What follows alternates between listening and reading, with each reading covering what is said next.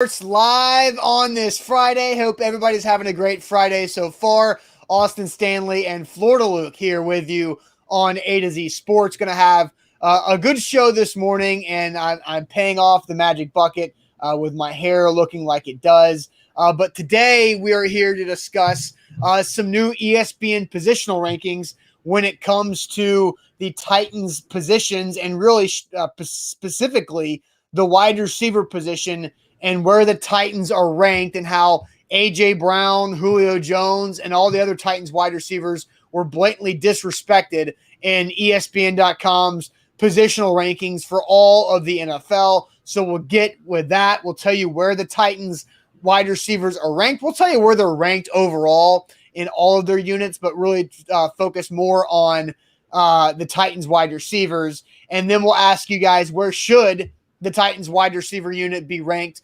among the NFL? And then we're going to get to a rookie topic because, Luke, you've made some observations about the rookies, two trends with the Titans rookie class heading into preseason game number 2. Which Titans rookie do you expect to have the biggest impact this season?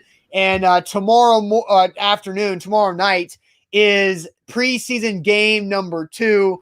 And we'll ask you guys how many quarters of that game will you be watching? And so everybody asking, was this a magic bucket from yesterday? Yes, it was. I had to gel my hair straight forward. It's getting a lot of laughs. So it's pretty bad. It's pretty bad with what I've got going on this morning. I told Luke I looked like an emo kid in high school from 2000-something, right? Yeah. 2007 emo kid. Yeah. So what I thought would be fun to do is we compare the two of ours. So here's a reminder of what my hair stuck straight down looked like. Yeah. And for me, it just, like you said, it looked like I just gotten rained on. I thought it looked like I just hadn't bathed in quite some time. Whereas yours today looks much more like a stylistic choice. Yeah, I think Seth nailed it. I looked like Tobey Maguire from Spider-Man 3. Like, emo Spider-Man was a weird thing. And so Roy's saying, yo, fix your NSYNC hairdo. I wish I could fix it because it's very uncomfortable right now. And I'm staring at myself on the live stream, and it's driving me crazy. Oh, yeah. That's the thing. It's very distracting. And you feel it on your forehead because, like, you're not used to, especially me because I slick my hair up, I'm not used to having anything right here. Exactly. And it feels gross. It's very distracting. But, that the magic bucket does what the magic bucket does. And so that's why I'm here. So let's get this thing started, Luke, and we'll end our show to end our week with Ain't That Good News. I've got some good news, some A to Z good news. So, Luke, people got something to do first. They do have something to do. We need you all this morning before we get started to share the show on whatever platform you are using to listen or watch us this morning, Facebook, YouTube, Twitch, Periscope. Good morning to all of you. We need you to share the show so that we appear in the timeline or news feeds of your friends, families, coworkers, followers, or other associates. Because the unique thing about A to Z Sports is that it's not just a conversation between me and Austin. It's a conversation between all of us. As you've already heard, Austin says there are questions that we're going to be asking you throughout today's show to get your opinion, and we'll be interacting with you as we go along today. And the more people that we can get involved, the more voices that we can have join in the conversation, the better. So make sure that you share the show because sharing is caring and caring is sharing. Austin, I am fired up to get started today on what technically is a day before a Titans game, right? Yes. And so share the show so more people get to see how terrible I look with my emo hairstyle, Tobey Maguire Spider-Man 3 look going on. All right, let's get it going officially. Welcome into A to Z Sports powered by BetMGM. I'm Austin Stanley. He is Florida Luke Worsham in for Zach Bingham. Make sure you follow us all over social media, whether it's Facebook, YouTube, Twitter, Twitch, Instagram, TikTok. We are Nashville's on-demand sports talk network, and we go live every weekday morning at 8 Central Time. Got to thank our sponsors because they make it happen for our show, and they help out you guys. Renters Warehouse Nashville, the professional landlords in the area. renterswarehouse.com.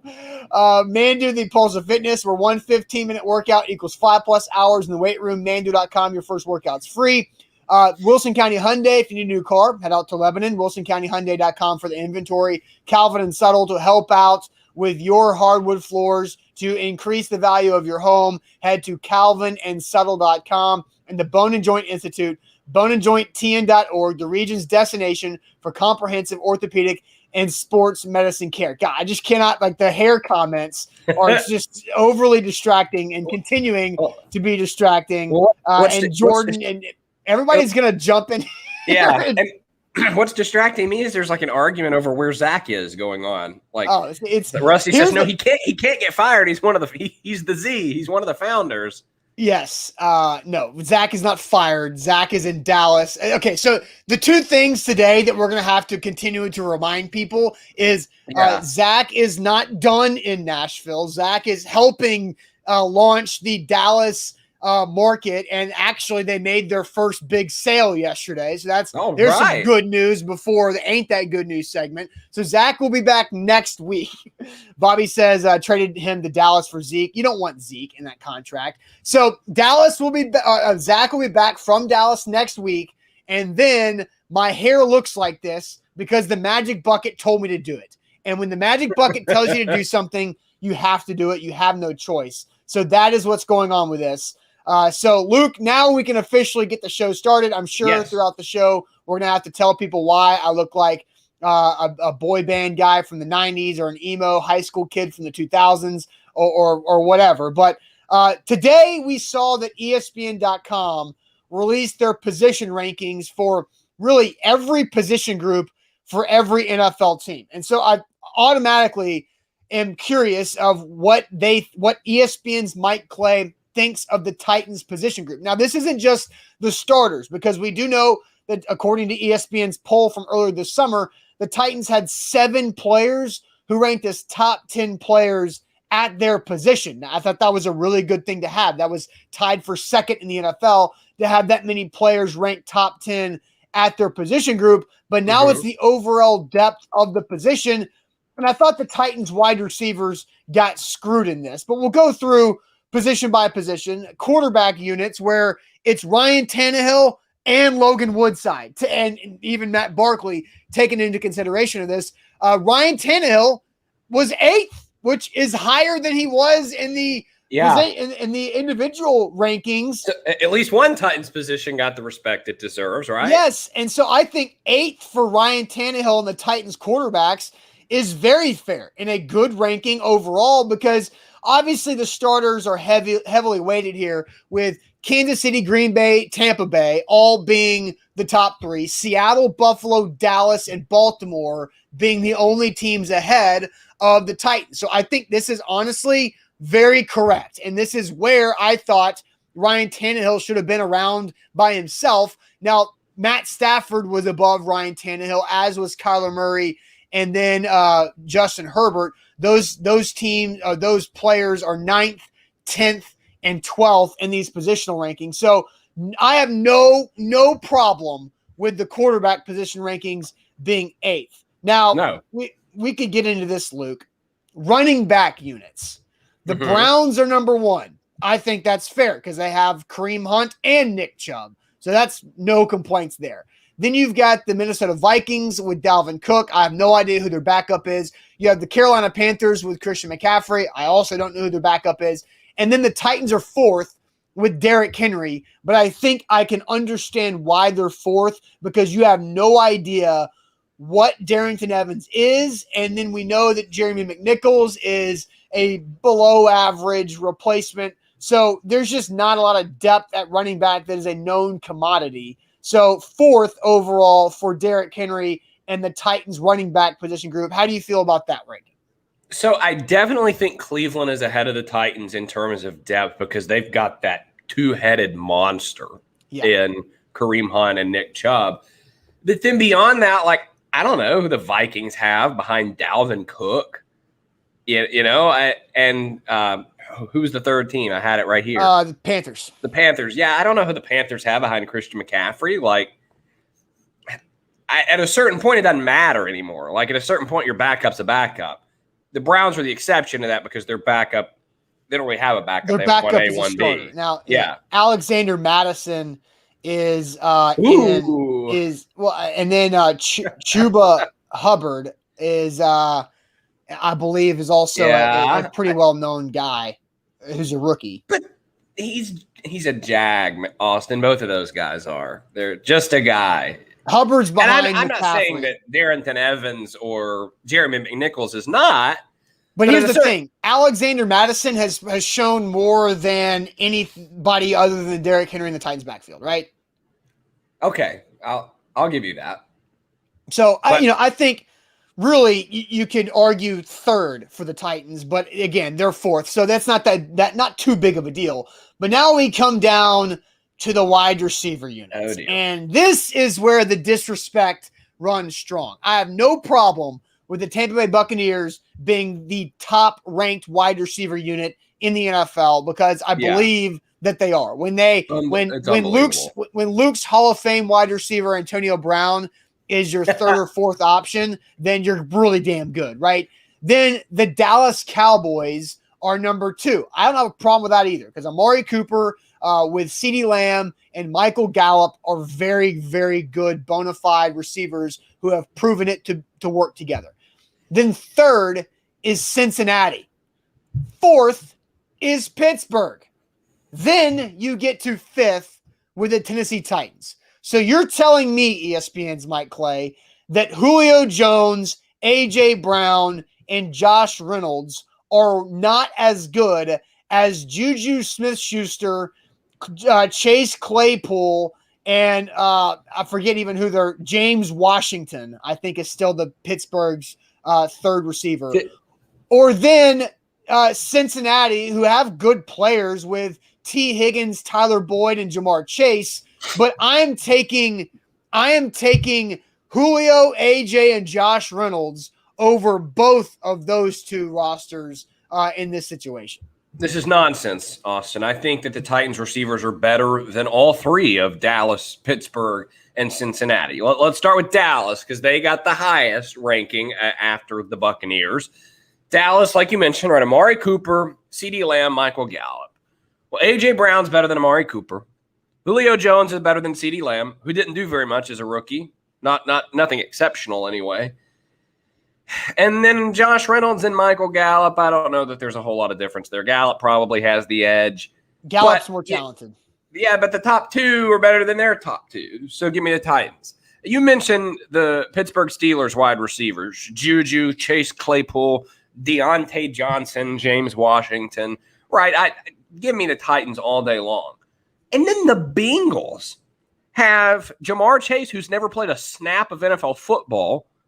Tyler Boyd. And didn't play all last year, too, by the way. Exactly. Tyler Boyd is a good slot player. I may give them that. Julio and AJ are better than Tyler Boyd, but he's certainly a leg up on Josh Reynolds. And then T. Higgins is not better than any of those three players, I don't think. Maybe he's Reynolds level. Like, this is just I don't know that it's disrespect. There was a good comment that said, this isn't disrespect. This came from Chad. He said, it's not disrespect. It's plain ignorance. They don't want to be correct. It's all about perspective. I don't know that they don't want to be correct. I do think this comes out of, like, ignorance, though, and, like, Steelers, black and gold. But here's the thing is, all right, I'm going to hold what I was about to say because I want to ask you guys and just flat out, here's the question. It's where should the Titans wide receivers be ranked in the NFL position rankings? Where should the Titans wide receivers be ranked in these NFL position rankings? Because right now, ESPN's Mike Clay has the Titans 5th behind Tampa, Dallas, Cincinnati, Pittsburgh, then the Titans. So where should the Titans rank? But first, let me tell you guys about Renters Warehouse and renterswarehouse.com, the professional landlords in the Nashville area. Simply head to renterswarehouse.com to find out how much your home can rent for. There's so many different ways you can use Renters Warehouse to your benefit. They create extra cash flows for you and your family by renting out your property instead of the one-time transaction of selling your home. That's how you get long-term wealth, by building equity. If you're a renter and you're trying to find that next spot, that right spot for you, whether it's a home, duplex, townhome, apartment, condo, whatever it might be, Renters Warehouse has an incredible inventory across the mid-state that can help you find the right place to be at renterswarehouse.com. And our friends at BetMGM have a fantastic deal going on for you today. Today, if you get on BetMGM and you use the promo code that you see on your screen there, A to Z Sports, that will give you a risk-free bet of up to $1,000. It's a great way to get your feet wet in the sports betting world. If you've never tried it before, but you're constantly seeing tweets about lines and parlays and the over and the under and all that, you want to hop in, it's a great way to do that. Or if you're a sports betting vet and you're just looking for a great deal to take advantage of, a new platform to try out, this is for you as well. So use that promo code A to Z Sports. You'll get a risk-free bet of up to $1,000 on BetMGM, the king of sports books. All right, so we're asking the question here this morning, where should the Titans wide receiver group be ranked in the NFL's position rankings? So that's the question. I'll just run through it again. ESPN.com's Mike Clay ranked every position group in the NFL. Offense, defense, not special teams. Which is a massive undertaking. It's a huge give him credit for this. Huge project. And he's been doing it for a few years, he said. So the wide receivers as followed: 1 Tampa, 2 Dallas, 3 Cincinnati, 4 Pittsburgh, and 5 Tennessee. So that's what he's got there. So we ask you guys the question, where should the Titans wide receivers be ranked? Charles says second. Chris says second. I think nobody disagrees with Tampa being 1, right? That's not true. There was I did see one comment. Well, this one says first with Tampa Bay, but Rusty says first, no question. Okay, so we've got a select few that are taking the Titans over Tampa. I disagree. Roy says second. Nicholas says T. Higgins is better than Reynolds. I agree with that. I think T. Higgins has a higher ceiling and is better than Josh Reynolds.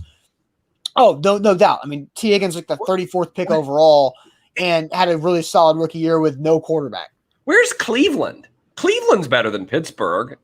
Cleveland is 13th. What? Yeah, so after Tennessee, 6th is Minnesota because you've got the duo there of Jefferson and Adam Thielen. 7th is Seattle, which I'm glad the Titans are at least above those two teams because that's true. 8th is Miami. 9 is Buffalo. 10 Arizona, who has now DeAndre Hopkins and A.J. Green and Christian Kirk. 11th Carolina. 12th Green Bay. 13th Cleveland. So Cleveland, I think, I have an argument with that. Did Randall Cobb slide Green Bay ahead of Cleveland there, who has Odell Beckham and Jarvis Landry? Maybe so. So Ethan says they're putting a lot on potential, not reality with that list. So that's correct. Titans Kyle says second or third. Noah says second. BMO says ceiling 2, floor 3. Steph says they should easily be second. Nate says second. Thomas says 2 or 3. Troy says second, but the best duo in the league. So Troy would take AJ and Julio over Mike Evans and Godwin. Ethan says second. Travis says they should only be ranked number 2 behind Tampa only. Danny says second or third at worst. I still think second. Austin Hall says he would put the Titans at 3. Jay says third. Andrew says second. Chandler says second behind Tampa. Luke, what do you think? Well, Bobby says Cooper has more yards. A.J. Brown has more touchdowns. He's taking A.J. Brown over Amari Cooper. So, Luke, where do you have the Titans wide receivers in positional rankings across the NFL? Definitely second. I think that is a really, really strong trio. And the Titans have what I don't think any of the other teams on this list have, and that is 2 bona fide number 1 matchup-proof wide receivers. Now, you mentioned Seattle. I really like their group of receivers, especially Tyler Lockett and A.J. Brown's buddy DK Metcalf. But Tyler Lockett is not a matchup-proof wide receiver 1. Tyler Lockett is someone who is more of a matchup threat, and he's more that speed threat. And then you look at the Bengals, who were ranked ahead of the Titans, right? Okay, Jamar Chase may be that. Jamar Chase could develop into that matchup-proof wide receiver 1. Tyler Boyd is not that. Tyler Boyd is a slot player who has been very productive out of the slot in his young career, but he's a slot guy. The Titans have 2 matchup-proof number 1 wide receivers in A.J. Brown and Julio Jones. And on top of that, they have the role players.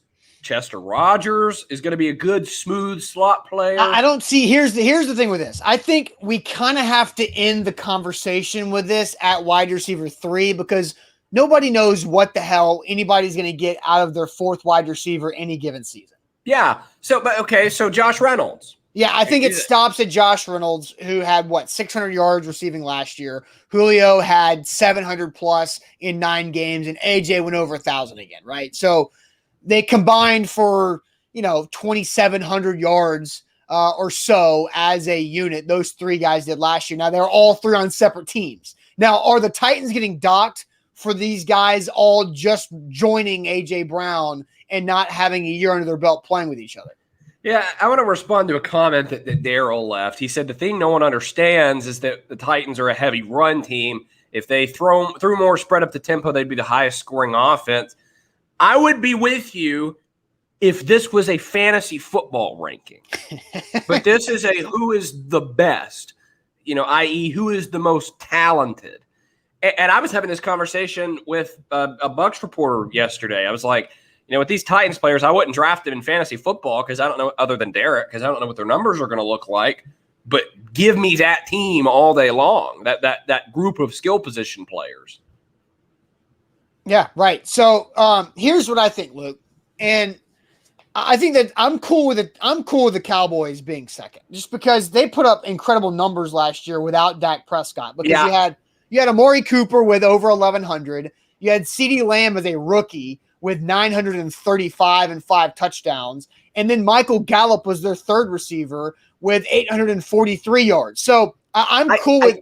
I disagree with Dallas being second, but I see the logic. Yeah, the logic. I'm not lost on that. Because they were doing that. Like Dak Prescott played, 4 games? And then they had Andy Dalton and a guy that nobody remembers his name. And I'm lost, Ben DiNucci. I am lost on Pittsburgh and pretty lost on Cleveland, too, being so low.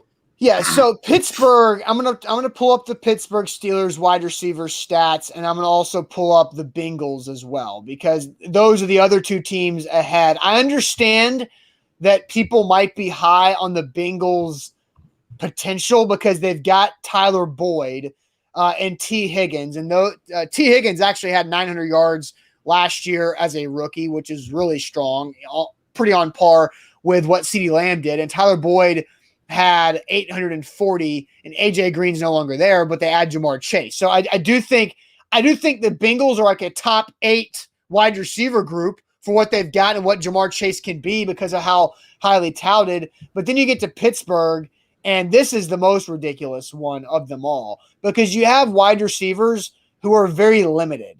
Like Juju Smith-Schuster is a limited route runner. Like, he only does a certain amount of routes. Juju Smith-Schuster was a free agent and no one wanted him. Yeah, he averaged 8.6 yards per catch. That's not good. On 128 targets, he had 830 yards. He was third on his team in yards. Now, Deontay Johnson had a really nice year last year that nobody really expected, and then Chase Claypool and James Washington. So maybe Deontay Johnson's their third, that Mike Clay's really high on him. But he's not like a superb guy. The Steelers don't have a dominant guy on their roster at the position, where the Titans have 2. And so I'm putting the Titans third, behind Tampa, behind Dallas. I think third is right there. Now, why I'm so thrown off by the Titans being disrespected is because they have Julio Jones now. Julio Jones is a bona fide superstar around the NFL. He is supposed to allow the Titans to get respect and not be overlooked, because there was a great comment, I forget who said it, or I give them credit for this is not disrespect, this is based off the ignorance. You throw ignorance out the window, because you cannot be ignorant about Julio Jones if you're a NFL analyst. Yeah. And so I think this is disrespect, because they're not viewing AJ Brown as a good enough player in these rankings to put the Titans 5th. Here's what the AJ Brown thing is interesting to me, because I think you nailed it, that you can't be ignorant about Julio Jones. He or Antonio Brown, pick one, is the best receiver of this generation of the last 10, 15 years. AJ Brown is an interesting case, though, because there seems to be varying opinions in the national media. There seems to be this segment that likes AJ Brown and probably thinks he's a little bit better than he actually has been over his first 2 years. And then there's another segment that thinks he's not been as good as he actually has been over his first years and doesn't realize going back to the earlier comment about the Titans being a run team, the issue of them throwing the ball a limited number of times, I think it's really interesting. Another thing that I think is interesting is if you take A.J. Brown versus DK Metcalf to go back to Seattle, like where does the national ranking of those two fall? I would have thought that a national person would put DK Metcalf on a bigger pedestal because he's the more exciting player and he had the better combine and all of that. It's a really interesting conversation. Yeah, Camario says a national publicity plays a big role, but but AJ Brown, Julio Jones has that, right? Steph says AJ Brown's a dog. He's easily a top 6 wide receiver right now. I mean, top 6, you're getting into semantics, but AJ Brown is a top 10 wide receiver. Yeah. Roy says AJ Brown has been phenomenal. Roy says with Mariota at times as well, because all roads lead back to Marcus Mariota. Yeah, Keelan and others continue to ask, what's up with the slick down hair, Austin? You're not 5 years old. LOL, just joined the live. Yeah, so the Magic Bucket told me yesterday that I had to do today's show with my hair gelled straight down forward. Luke had to do it last Friday, so now it's my turn to do it. It's very uncomfortable. It's awkward. It's distracting because I keep looking at myself in the live stream monitor and just being like, what are you doing, you fool? And I feel like I'm Spider-Man 3, Tobey Maguire, or the emo kid in sophomore year of high school. And that's just, it's uncomfortable right now. But you know what? We're 26 minutes into the show. I've only got I'm almost halfway there. Almost halfway there to get through this.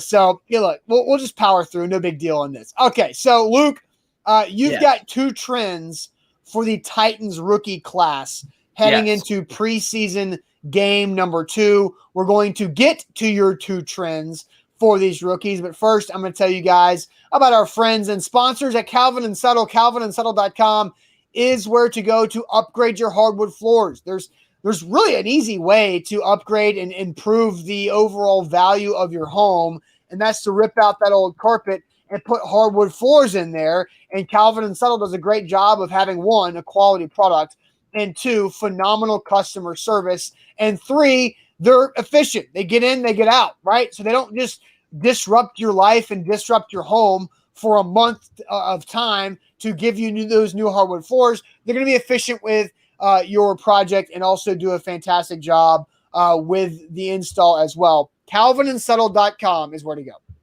And I need to tell you again about our friends at BetMGM because they've got a great deal going on, of course. Right now, if you use the promo code you see there, A to Z Sports, you give them that, they will give you a risk-free bet of up to $1,000. You got to try out the BetMGM app today because BetMGM is the king of sports books. Yep, visit BetMGM.com for terms and conditions. You must be 21 years or older, must be present in Tennessee, and for gambling problem support, call the Tennessee Red Line at 1-800-889-9789. Okay, Luke, 2 trends with the Titans rookie class. Hit me with Yes.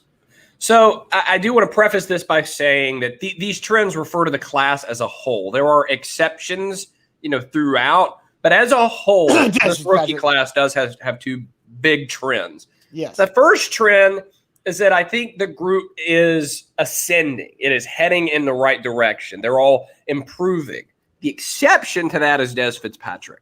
But we've talked about him enough. We're not going to get off on that rabbit trail. We have loaded and piled on Des Fitzpatrick over the last couple of weeks, where I'm at the point where I start to feel bad for him. Yeah, but with him as the exception, this is a group that is improving. You see it every day. Every day, Caleb Farley looks better than he did the day before. Rashad Weaver continues to shine. Dylan Radins, of course, settled in the preseason game. I'm excited to watch him tomorrow night and see what he's able to do. We haven't seen Brady Breeze in a while. That's been a bit of a sad thing. Yeah, he got hurt Friday night in Atlanta, right? Yes. Yeah. And then the other day, Peter King was at practice, and he was apparently talking about Race McMath and thought he looked pretty good. This is a rookie class that is as a whole on the rise, which is a really, really good thing. That's trend number 1 of 2, Austin. Okay. Trend number 2. None of them are really ready to play. The exception, like I said, there's exceptions. The exception is Weaver. Okay. That dude's ready to go. Throw him out there. They'll be just fine. Caleb Farley is not ready for a starting role in the NFL. Dylan Radins is not ready for a starting role in the NFL. Monty Rice not ready for a starting role in the NFL. Just keep going down the list. Dez certainly isn't. Most of these rookies are not ready for a major role in the NFL, which is a consistent theme with John Robinson draft picks. With A.J. Brown as the exception, John Robinson draft picks don't make week one impacts. They just don't. A.J. Brown lit up the Browns in his first game. Yeah. But John Robinson draft picks don't make week one impacts. And it's concerning to see that theme continue. Like but that's not bad, though. I mean, because you think about it, like he's also drafted Pro Bowlers that are Derrick Henry, who is not a week one impact guy, but obviously a good draft pick. Jeffrey Simmons is absolutely on the rise. Nate Davis is a Pro Bowl level guard. He's just not getting the recognition. He was a third round pick that was not ready week one. Who else am I missing out there? Oh, Kevin Byard. People forget about that. So I don't think it's a bad thing. I just think it's understanding what you should expect from rookies. Like Jeffrey Simmons and Caleb Farley were in different situations because of injuries that occurred in the offseason before their draft prep. They don't count here. Dylan Radins, Jayon Brown. Thank you, Steph Dobbs. There's a bunch of guys that I'm leaving out here, not on purpose. But like you're drafting Dylan Radins played in one game last season. So Caleb Farley didn't even play in 20 games as a whole in college football, and he got to Virginia Tech as a wide receiver. So I don't have a problem with it. It's just the fact that maybe it's John Robinson has done a good enough job over the last several years as Titans GM of adding to the roster and flipping the roster into a bona fide top 10 roster in the NFL. Yeah. And so whenever you're like, we were talking pre-draft is that you could not really draft a starter. With the roster the Titans had going into the draft, there was not that opportunity to draft somebody to be a day one starter. The Titans don't have the roles open on that team to be a day one starter as a rookie. So you're drafting off of potential and you're drafting off of what these players can be big picture. So you're drafting off of Monty Rice to potentially fill in for Rashaan Evans or Jayon Brown if they leave in free agency. You're drafting for Rashad Weaver to replace Harold Landry if he has 8 sacks this year and gets a Carl Lawson contract. You're drafting for Dez Fitzpatrick and Racey McMath to be project wide receivers. Dylan Radins, Taylor Lewan's contracts in a certain situation. You don't really know what's going to go on with that. But Dylan Radins, with one game he's played since 2019, is a project tackle that you drafted who has versatility. And so I don't have and Caleb Farley was the ultimate draft a top 10 talent at 22 overall with injury concern to see what he can mold into because he's a unique physical asset with Caleb Farley. Yeah, I think you make some good points there. I think Farley might actually play tomorrow. Vrabel was non-committal about that, whereas last week he said he wasn't ready to play. I want to address this point because it's sort of the point everyone is making that contradicts what I'm saying, right? In a draft, how many people are week one starters? The real question we should be asking is how many will be starters in more years or even next year? Here's the problem with that. John Robinson doesn't really re-sign his draft pick. Certainly not the first rounders, right? John Robinson is yet to re-sign a first round draft pick. And so with that pattern, I think it's dangerous to get in this trap of, but how will they contribute in the future? They're not around for the future a lot of times. Well, the future is, and that's the juggling of a GM with a salary cap, is that you can't re-sign everybody. The problem with J-Rob is that he has drafted so well in the middle rounds that those or in the second and the third round, those guys are getting big contracts and they're generally outperforming the first rounders. So when you have the first rounder and they move on, like they just couldn't afford to pay Corey Davis $12 million a year. They couldn't afford to pay Jack Conklin the $20 million in year one that he got from the Browns. So if you're not re-signing your first round draft picks, it's only bad if they're not getting money elsewhere. And they are getting money elsewhere. Now, Rashaan Evans and Adoree Jackson Adoree Jackson got a crazy amount of money from the Giants for whatever reason. But that was a different injury situation too. Jack Conklin was injury riddled as well. And so there's just been really weird situations with John Robinson's first round draft picks. Really all of them. All of them have had weird situations. The future is now. And Send him out I'll there. say this. If you draft, if you have a rookie who is starting day one, there's two probably boxes that they fill. Either one, that rookie is an incredible player who is going to be a star for a while in the league, or two, you have a bad football team. And the Titans do not have a bad football team. They have a very good football team, a top 10 roster in the NFL, according to Mike Clay. His overall positional rankings have the Titans 7th overall as a roster in the NFL. So then what rookie is really going to come in and start day one? You need these guys to have impacts, but you need them to be good players in December rather than September. But like, you don't think it's a problem that Chris Jackson is probably going to be the starter as a nickel and not Elijah Molden? Not for example, really. I mean, not like I'm not worried about week one rookies. I think there's a really high possibility that Elijah Molden, by the time we get to November, has probably jumped Chris Jackson. Just like Nate Davis wasn't ready for the first month of the season as a rookie. That was stupid, though. They threw Jamil Douglas out there, who sucked. Well, yes, but again, Nate Davis knocked over by Calais Campbell. Yeah, and Nate Davis should have been out there, trial by fire. Well, Nate Davis wasn't ready yet, and so they weren't going to put Nate Davis.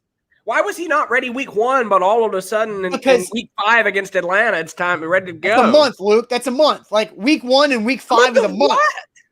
A month of practice, a month of preparation. Remember, Nate Davis missed like 3 weeks of training camp mysteriously because remember he had the heat exhaustion. Nate Davis leaves practice with heat exhaustion, and we didn't see him for 2.5 weeks. That's the reason why. And so they're not like week 1 in the month of September is not what this is about for the rookies. It's about November, December, January. And I think the rookies, Farley, Radens, Molden, Monty Rice, and Weaver, I'll just count those 5, not Brady Breeze and the wide receivers, but those 5 guys I think are good athletes and have ability to make an impact on this team this year, but not in the first half of the year. Weaver's the exception. I think Rashad Weaver has an impact in a role as the third edge rusher in week 1 and can play a decent amount of the snaps. But other teams have rookies start week 1. Good teams, right? Who? Because your argument, there, Luke. Yeah, your argument about, well, if you have rookies start week 1, they either have to be like superstars or you have a crappy team. Like, there are plenty of good teams that will have rookies making a week 1 impact. Oh, no doubt. But again, the Titans are different in the fact that they drafted their top 2 draft picks, Caleb Farley and Dylan Radens, have played combined in 1 football game since 2019. But why can't Dylan Radens come into training camp and not be a disaster for a week and a half and firmly insert himself into the right tackle battle and win that job? He hasn't played. Like, the guy has not played that much recently. So if you played 1 football game these are last season. Excuses, though. No, that's just the situation. Like, it's not an excuse. It's just that Dylan Radens is going to take. He also was at North Dakota State. He might be a great football player down the line. He just needs a couple of months to catch up after only playing 1 game last year because of the COVID situation at North Dakota State and at the FCS level. One game. I will say this. I don't understand the guard stuff. I don't know why that is happening. It's because they think Dylan – I think it's a good thing. If Dylan Radens has flexibility to play both guard and tackle, that meaning he can help you and be active on game day to be able to play inside or outside if a player gets hurt. So they are preparing Dylan Radens to be a swing type of offensive lineman to be valued. That's how he's creating value for himself. Because you're not worried about Lawan, Saffold, or Nate Davis, but right tackle is a different situation, and Dylan Radens you thought could play there. But now if Dylan Radens can be an actual fill-in for either the right tackle job, the right guard job, or the left tackle job, that's just really good value out of a second-round pick who played in 1 game last year from North Dakota State, who might replace one of your 30-year-old offensive linemen in the future. Yeah, I think Dom has a good take here and a good point that he makes. He says he agrees with what I'm saying, but you can attribute some of that to coaching. And I will step in front and defend the Titans because I think Mike Vrabel has assembled a brilliant group of position coaches that consistently make their players better. Keith Carter is at the top of that list. They turn offensive linemen through there, and he's able to help turn them into like quality starting players. I think Tony Deuce does a great job. Rob Moore, the wide receivers coach, has made something out of nothing time and time again. There are others, but Mike Vrabel does a really good job with that. So I don't think that is what the problem is here. I think it is more of, I think they get coddled a little bit, honestly. I think that's what a lot of it comes. I don't know that it is so much they are not ready, so much as it is this, well, we're just going to bring you along. And I get the whole, we have to taper them in. And, with injuries, we're not going to throw you in the fire too early. Like with Caleb Farley, we're going to ease you back in. Right? I get that with injuries. But let them drink out of the fire hose, man. Throw them out there. I feel like there's a lot of coddling that goes on. I think rookies. At some point, yes. At some point, you need to just throw them out there and let the guys go play. But I think this is an overall philosophy that I think Vrabel and John Robinson share about rookies. Is that it's not about week one. It's not about starting as fast as possible. It's about getting a player that fits what they want to do and be there for several years as a key player on the roster. I just remember when you said that, I asked Shane Bowen something about Farley a couple of weeks ago, and he said we want to tap into that talent and athleticism as soon as possible, and so we're throwing him out there and giving him the full reign and the full playbook and letting him drink out of the fire hose. And if we realize we have to tone back, then we'll tone back. But right now we're throwing everything at Caleb Farley. And I don't know that, and that might be why Farley's struggling a little bit. Yes, right? I think that's why player. Farley's a super good player. And this week he went against Hall of Fame wide receivers. I wish they would do that with everyone. And I don't think they do that with everyone. Because they can't, because everybody's not the same. But why not? Why not? Because everybody's not the same, Luke. Like, everybody learns differently. Everybody learns at a different rate, visual or walking through it or whatever. But what's happening is no one is learning at this rate. No. That's not what's happening. They are throwing a lot at Farley, Radins, and Dez Fitzpatrick. Those guys are Radins and Dez Fitzpatrick are learning 3 positions. Caleb Farley had back surgery. Like, those guys are learning a lot. And obviously, I think with Dez and Radins, it's the information they're filling their heads with is slowing down their ability to play.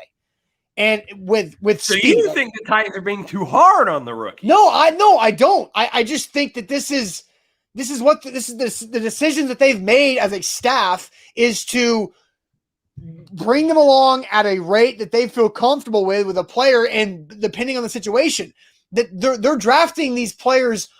Their philosophy is long-term, not immediate. They're going out and signing free agents to fill immediate needs with Jack Rabbit Jenkins, immediate free agent need, right?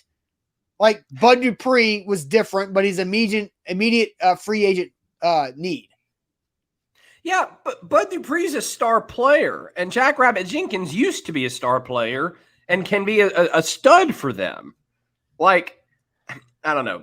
Ethan Ramsey says, don't devalue the importance of middle reps. You know who devalues the importance of middle reps? He's got laughing emojis, so he's got a sarcasm there with it because Mike Vrabel doesn't value mental reps. He has said at least one time that for the most part they're kind of worthless. No, he does value mental reps because mental reps is the classroom. Like, that's mental reps. Mike Vrabel. What I mean is the whole being out there at practice and like, I'm going to stand by it. I'm not in there, but I'm going to picture it in my head and feel like that's the stuff that I disagree. This is a ridiculous conversation. I think there's nothing, you should not be freaking out about the Titans rookies minus Dez Fitzpatrick. Dez Fitzpatrick is the only rookie who is riding the struggle bus right now. Yeah. Everybody else is going through and is okay. There's a lot of different situations. Elijah Molden got dinged up one week. He didn't travel to Atlanta. He was dealing with some of the type of injury. Rashad Weaver looks awesome. He's got his own legal situation off the field. Caleb Farley and Dylan Radins are coming back from their own situations. And then the rookie wide receivers are what they are. They're developmental players drafted in the 4th and 6th round. That's the situation. It's nothing more than that. This approach worked really well last year. I think we can all agree with that. Look, last year was a disaster, but if you get Christian Fulton out of this to step up and be a cornerback number 2, Christian Fulton's a good football player. Yes, and you got him in the second round. And look, I can go on and on. Isaiah Wilson was drafted. Practice had nothing. That's a wash. Here's the thing about this is what John Robinson does in the first round. You draft players who are limited physical beings on this earth. Isaiah Wilson, Jeffrey Simmons, Caleb Farley there are Adoree not Jackson. A lot of. Well, those 3 guys in particular. Adoree Jackson's a freak athlete too. I'll give you that. The guy was like a Pac-12 track star. But so those 4 guys, Adoree, Simmons, Isaiah Wilson, and Caleb Farley, are unique athletes.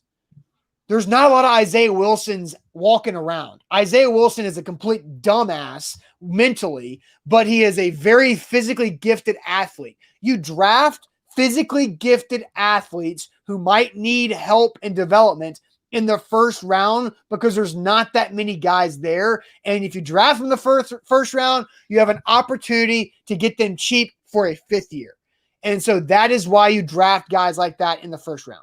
An opportunity they never use, but that's beside the point. Because it's their choice. And Jack Conklin was a unique situation with injury, as was Adoree Jackson. They picked it up and they were able to get out from under it. And once you get into year 3, you can make your decision, but at least you have the opportunity for control in that 5th year. Yeah, there was a comment. Danny said, and this is an interesting point. We also didn't have a normal training camp last year. I think that for rookies, that's a fair point. But if you're not a rookie, and I asked someone about that last year, a player. I want to say it was Byard, but I can't remember exactly who it was. But they said something like, yeah, that's not really as big of a deal as the fans and the media think it is. And so I think that's mainly a rookie thing.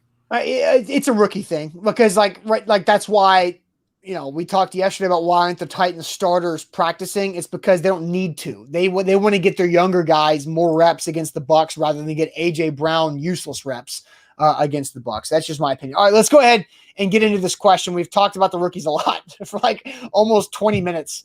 We've been talking about this. Dadson says Luke and Austin are on fire today. I agree. This is really the first time me and Luke have gotten after each other a little bit on a show. Yeah, I like what Juan said. He said Luke needs to yell more like Zach to punctuate his point. You got to get the neck veins going if you really want people to believe you.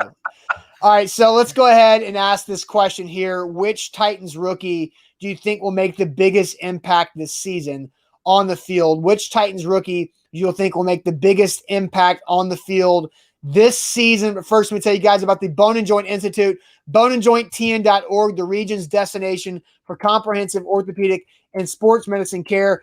When you get hurt, know who you should trust, know how to get back to health the right and the quick way. That's with the Bone and Joint Institute. They have over a dozen doctors there at their facility in Franklin, Tennessee, who specialize in anything that can happen. So when that injury happens, trust them. They streamline the process of getting you back to health by doing everything under that one roof and not sending you all over the place, the different waiting rooms and different facilities and centers for everything else. But boneandjointtn.org is where to go.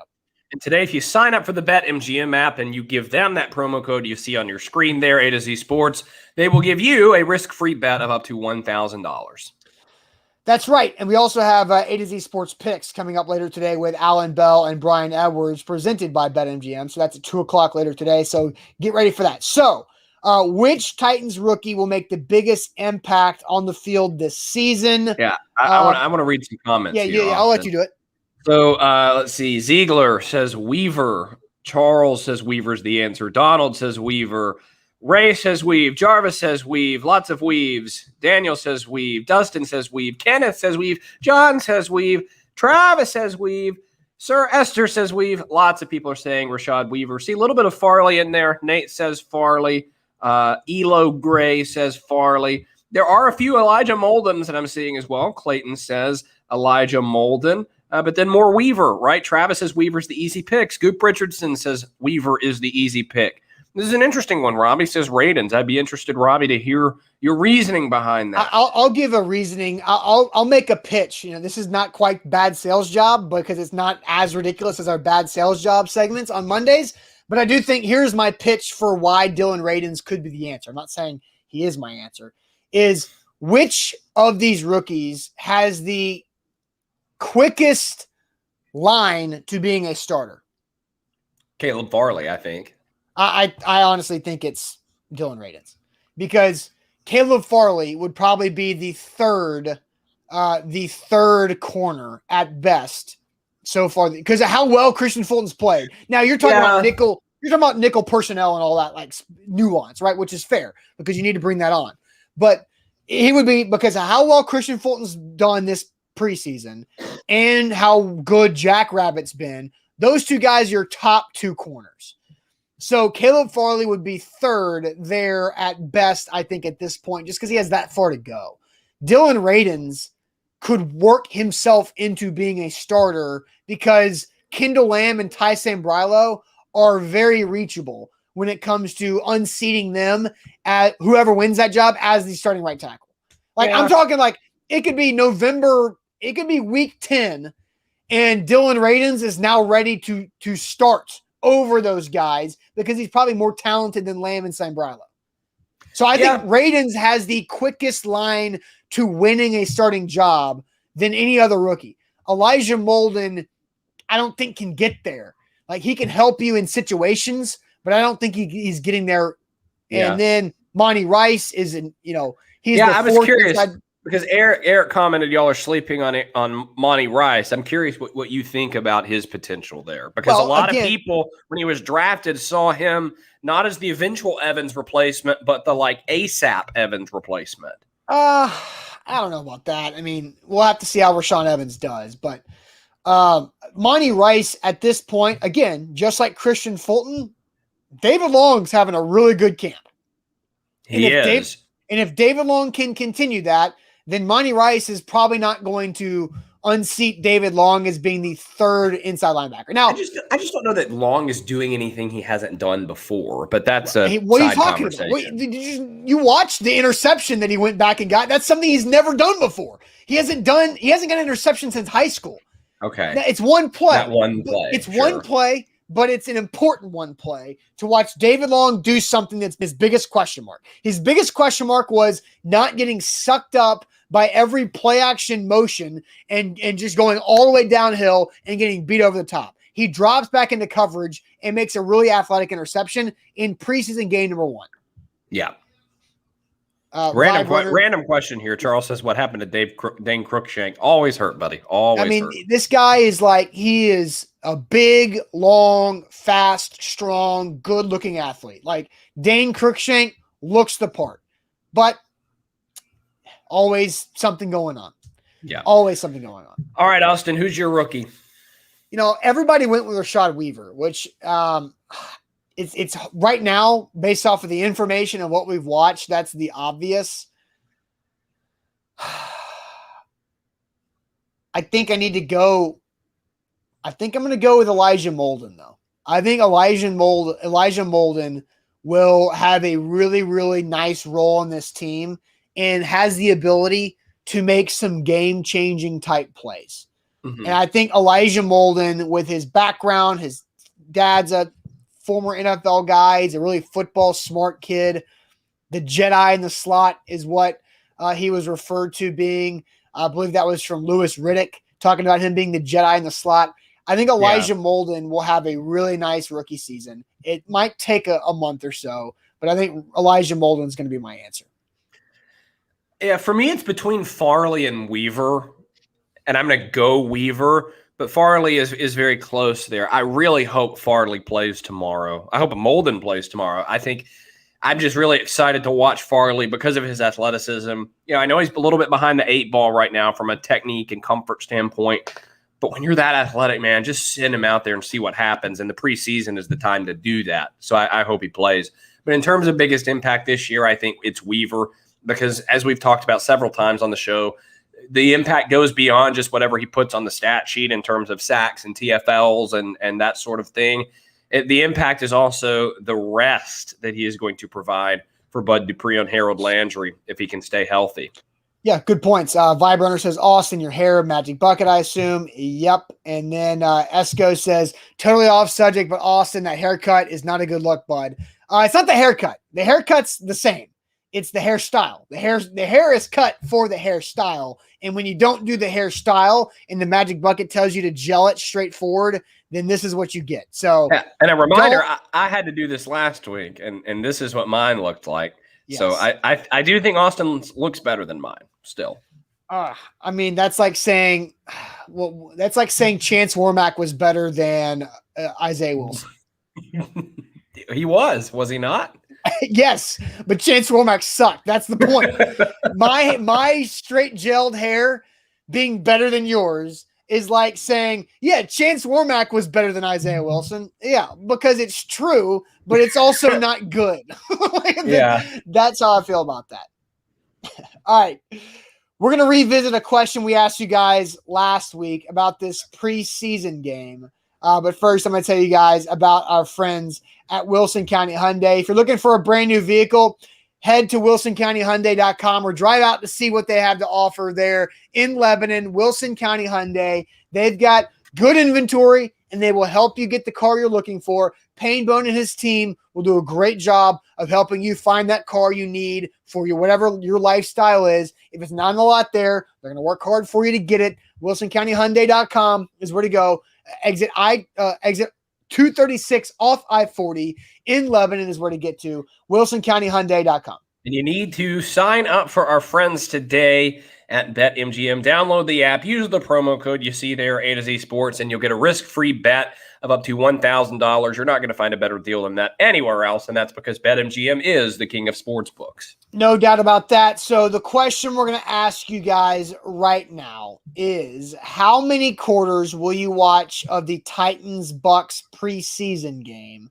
1, 2, 3, or 4? We asked this last week, and last week the overwhelming answer was, I'm going to watch all 4 quarters. So, I watched all 4. I did watch all 4 quarters. And then I asked, when was that? When did we expect our why am I caring about this game moment to happen? And didn't you have that? Didn't we tweet about that, Luke? About when you started to not care about this game? Yeah, well, we talked about that on Monday because I kind of stopped caring at halftime. But you were still there. You were still watching. I was still there, but I was eating lasagna and not really paying a whole lot of attention beyond that point. So, I highly doubt that preseason game number 2 against the Bucks, when we know nobody's going to be playing in this game to start. Here's the answers that you guys are giving. And I don't know if I believe you guys this week. Jared says he'll be at the game tomorrow. Hope to see you, Luke. Seated next to the Titans tunnel. So Luke will be there, as will Buck. I'm not sure if we'll be allowed on the field. Apparently that kind of varies stadium to stadium, but I'll certainly be down near the field at some point. So say hi. And you should be near the Titans tunnel, because as you get social media for pregame, you will probably be around that tunnel area. Jeff says definitely. 0. Brian Rochelle says 4. Big Sportsman says 1. You got to change your YouTube name, bro, because I don't want to say that wrong and say something bad. Recti. Sure. Yeah. R3KT3E. Sounds like a Star Wars character. Says 4. Griffin says, sadly, all 4. I'll be there. Omar says 4. Jared says all 4. I'll be there. BMO says 4. David says 0. Sir Esther says 4. Travis says all 4, just as I did last week, and you called me a liar. I did call people a liar. That said 4. D. Marie says 4. Z. Thompson says, watched all 4 last week. However, this week we'll probably watch the first half. Trevor says 4. Need my Titans fixed. Thomas says 4. Louis says 4. Tank 4. Zach Goodman says 2 maybe. When is that game anyways? So it's tomorrow at 6:30. If you're local, it's on News 2, which I think they do. I think the whole News 2 team does a really good job. But my answer on this, Luke, less than 1. Really? Less than 1. And wow. The reason, even if Farley plays, I said less than 1. I will watch the beginning of the game. The reason why I'm at less than 1 is because I have a 7:00 reservation with some friends. Okay. So I will be leaving the house and I will be eating, drinking, having a fun time. So I will watch less than 1/4 of this game. I will record it. So I will watch it the next day. I'll watch it Sunday to catch up. So Monday morning, we come in here and have a good, educated conversation. But less than 1/4. Yeah. No offense. I tweeted this Monday when Bruce Arians told the Bucks media that he wasn't going to play anybody. I quote tweeted it and says, "Well, Saturday plans open." And Emily Proud was right next to me, and she was like, "Well, thanks," like because it's on her station. I was like, "No, not personal, nothing personal. I'm watching less than 1/4 because I have 7:00 reservations." Yeah, I want to respond to Eldon's comment, who says Luke's buddy Lomas, who's Will Lomas, who's one of the co-hosts of No Nonsense with me, will probably repeat it 4 times. That is probably true. Will is a bit of a freak, and he will probably watch the game, like all of it, start to finish, and then like go back and break down the tape for some reason. That's just who he is. Some people love them some preseason roster into the rosters, finding out who's doing it to make the practice squad and all that kind of stuff. Dave McGinnis went on Buck's show, Coach Mack, and Buck asked him if he watched the Hall of Fame game. He's like, I watched the whole thing. It was like calling coaches throughout, chatting it up. That is a football addict. Yes, absolutely. My answer. Hold real quick. Eric says, Austin, I have a date. You better believe I'm gonna have it playing on my phone. Oh dear. I don't know where you're at in your relationship. Focus on your date. Here's what I want to ask Eric, because Eric, we'll let Luke answer it, so Eric has plenty of time to tell us the answer to this. What is the situation? What date number is this? Are you dating? Are you boyfriend, girlfriend? Are you what is this? I want to learn more about this so we can judge whether you're making a good or a really bad decision. I don't really care what situation you're in. I would put my focus on that other person and not at a football event that Daniel Munyer is going to be playing significant time. We'll figure it out. We'll figure out maybe Eric's date is invested in the Titans as well. And so we'll figure that out. I would love to hear Eric expand on that. Yeah, my answer will be 4. I will be there. Now I'll be in the press box. So hopefully at some point I will maybe just be chatting with other Titans media as opposed to focusing very intently. But I'm super excited to be there. It'll actually be the first time I've been to a football stadium that isn't Nissan Stadium. So that is really very exciting. Yeah, which is weird. I've been to a few like MLB parks, but I've never been to a non-Nissan stadium. I've seen several, but so pumped for that. I'll be there for all 4. I've been to Raymond. Say hi. I went to Raymond James Stadium once, but it was for an Outback Bowl. I believe it was in the year 2000. So listen, was Tennessee involved in that? No. So I went down. We were already in Tampa for like a Christmas vacation, family vacation type of thing, and the Outback Bowl was playing, and it was Georgia and Purdue. So I got to watch Drew Brees playing I believe it was his last college game at Purdue. And Drew Brees and Purdue went up against Georgia and Quincy Carter. So that was I was like 10, maybe 11. I forget exactly what year it was. But that's my Raymond James experience there too. Eric has answered. He says he's going to be on a date and he's going to be watching the Titans game on his phone. He says it's the first date, but she's down to watch the game also. Fantastic. She's a keeper, I think, Eric. That's good. So I hope I would like Eric. Can you report back Monday to let us know how that went? I want to know how Eric's date went on Monday. That can be part of our Monday show. Yes. An update, a live report. Yeah, no doubt. All right, A to Z Sports. It's time for Ain't That Good News. What is your good news? We do this every Friday. So let's share our good news this week for Ain't That Good News. But first, let me tell you guys about Mandu, the Pulse of Fitness, where 1 15-minute workout equals 5+ hours in the weight room. Mandu.com. Your first workout is absolutely free. Guys, Mandu is fantastic. It will help you achieve your fitness goals. Maybe you're plateauing. Maybe you think you work out a lot and you think you're doing the right things, but you can't figure out how to get the rest of the way. Maybe you're 85% of where you want to be.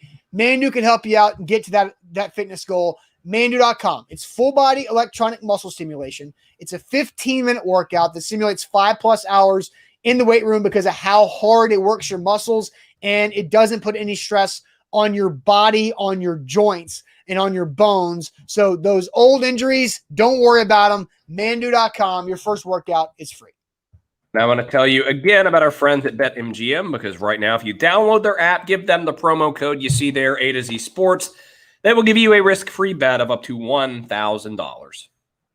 All right, Luke, we also have the A to Z Sports Picks show coming up later on this afternoon at 2 o'clock Central Time. So get Brian Edwards and Alan Bell there. Ain't that good news? Let's see. Sean says, my good news is his son will be playing the first ever football game at the new school. It'll be televised locally. Go Wolves. That's cool. Brandon says, I'm going to the game, driving from Delray Beach, Florida, probably the only Titan fan in Palm Beach County. LOL. There's probably more than that. Trevor's just telling Eric to go ahead and put a ring on the first date there. That's probably a bold move. Let's see. More good news. Jeff says, good news. We have college football next week. Thank the Lord. Yeah, that's true. Billy says, I went to Atlanta when McNair got hurt and Billy Volk came in. That's a good story. BMO says, good news. The Titans sent him a Madden code. Don't play it like I used to, but plan to get a copy since Julio joined. What does that mean? What is that? What's a Madden? Yeah. So every year when like Madden an old comes man out, asking what that means. I don't buy video games, but I do know that every year when Madden comes out, they run a lot of promotions. Well, they give like NFL teams a bunch of codes and some players a bunch of codes, and they'll do retweet this and I'll send some codes out. Basically, if you get a code, it is good for a download of the game for free. So free Madden from BMO. That's cool. Dustin says, my good news is God is good. Bless man. Okay, there you go. G-Man says, good news. Outdoor gig in Tupelo tonight. Rain chance down to 20%. Well, hopefully you don't get rained on like I look like I did. Trevor says, got accepted to University of Tennessee. Getting everything sent over. Will be going in January. Know someone there for sports and will be able to learn and help. That's awesome, Trevor. Congrats on getting accepted to UT. It's a good school. I say. Noah says, won his beer league slow pitch softball championship for the second year in a row last night. Hell yeah, Noah. That's what I'm talking about. Jeff Rubel had his breaking news. The Big Ten, Pac-12, and the ACC are expected to announce an alliance next week. That's good news too. Go SEC. Screw you, Big Ten, Jeff. Zach Goodman says, good news is heading to Nashville for the Titans 5K race tomorrow. At one point, I told Buck that I would do the Titans 5K if he did the Titans 5K, but then he's in Tampa. So I kind of forgot about it. So I'm not doing the Titans 5K. That would have been so funny. And I know that Mike and John will stand at the finish line a lot of times. That would have been just hilarious. But they're not there. They should have done the Titans 5K next Saturday or something, but the schedule's a little different. Yeah. Joe Dan says heading down to Cabo in the morning. That's awesome. All right, Luke, what's your good news? My good news is that it's been a blast of a week here in Tampa Bay. And I have this picture that I took, and you can see in that picture, there's Tom Brady at quarterback in that orange jersey, sort of covered. And there's Amani Hooker and Caleb Farley on Mike Evans there at the left. Brady and Mike Evans are in my top 5 favorite players in the entire league. And to just be standing that close, it's not even a starstruck type of thing, although I was a little starstruck by Tom Brady. I'm not afraid to admit that. But yeah, you're just human. to be that close to just something that I love so much. And, I watch the Titans every day, and that kind of gets old at times. But just being that close to Brady and Mike Evans, and it's less of man, I got that close to Tom Brady. It's I get to watch this level of greatness, right up, and I get to watch the details and see it that up close. It's just so cool, and I'm so very blessed to have these opportunities that I do. And it's just a lot of fun. Mike Evans, I've never seen anyone catch a football the way he does. His hands are just magnetic. It's unbelievable. But seeing them work up close, super cool. Keelan says, Luke, you're fired. No, Luke's not fired. Andrew's calling Luke a fanboy. Not a fanboy. Everybody would be starstruck against Tom Brady. Justin says you got a total man crush. And Dom says, I know you guys love your job, man. Yeah, I love what I do. I know, Luke, you love what you do. And we're excited that, look, Luke's getting a lot more responsibility this season, too. I wasn't starstruck by Julio Jones. Like the first time I talked to him, it was just like talking to some guy in the grocery store or something. But then I was tweeting something, and I look over my shoulder. I was near the Bucs press conference area, and I look at my shoulder, and like there is Tom Brady like standing 2 feet away from me, and like I'm just like, oh dear. Like it's different, man. Yeah. Like Julio Jones, Hall of Fame player, that didn't do it for me. But Brady, man, that's just different. Yeah, it's definitely different, and I do think it's wild. Of how numb you get to covering the team that you cover. Yeah. It's like Derrick Henry is a freaking superstar, but I'm numb to Derrick. I'm numb to seeing Derrick Henry. Well, yeah. And when I met Derrick Henry, he kind of stunk. So and so we have a different perspective. So, Ethan says, just realizing it's saying Florida Luke. Yeah. Luke's no longer in Tampa. Luke's staying with a buddy in Daytona Beach. And so, but Florida Luke, he'll be down there for the show on Monday too. So I did see some other good news that I wanted to bring up that I thought was funny. Danny says, good news. We haven't seen a stress straw in almost 2 weeks, because I don't know if Zach brought his stress straws to Dallas with him, but those stress straws were a gag gift to Zach, but he actually used them quite a bit.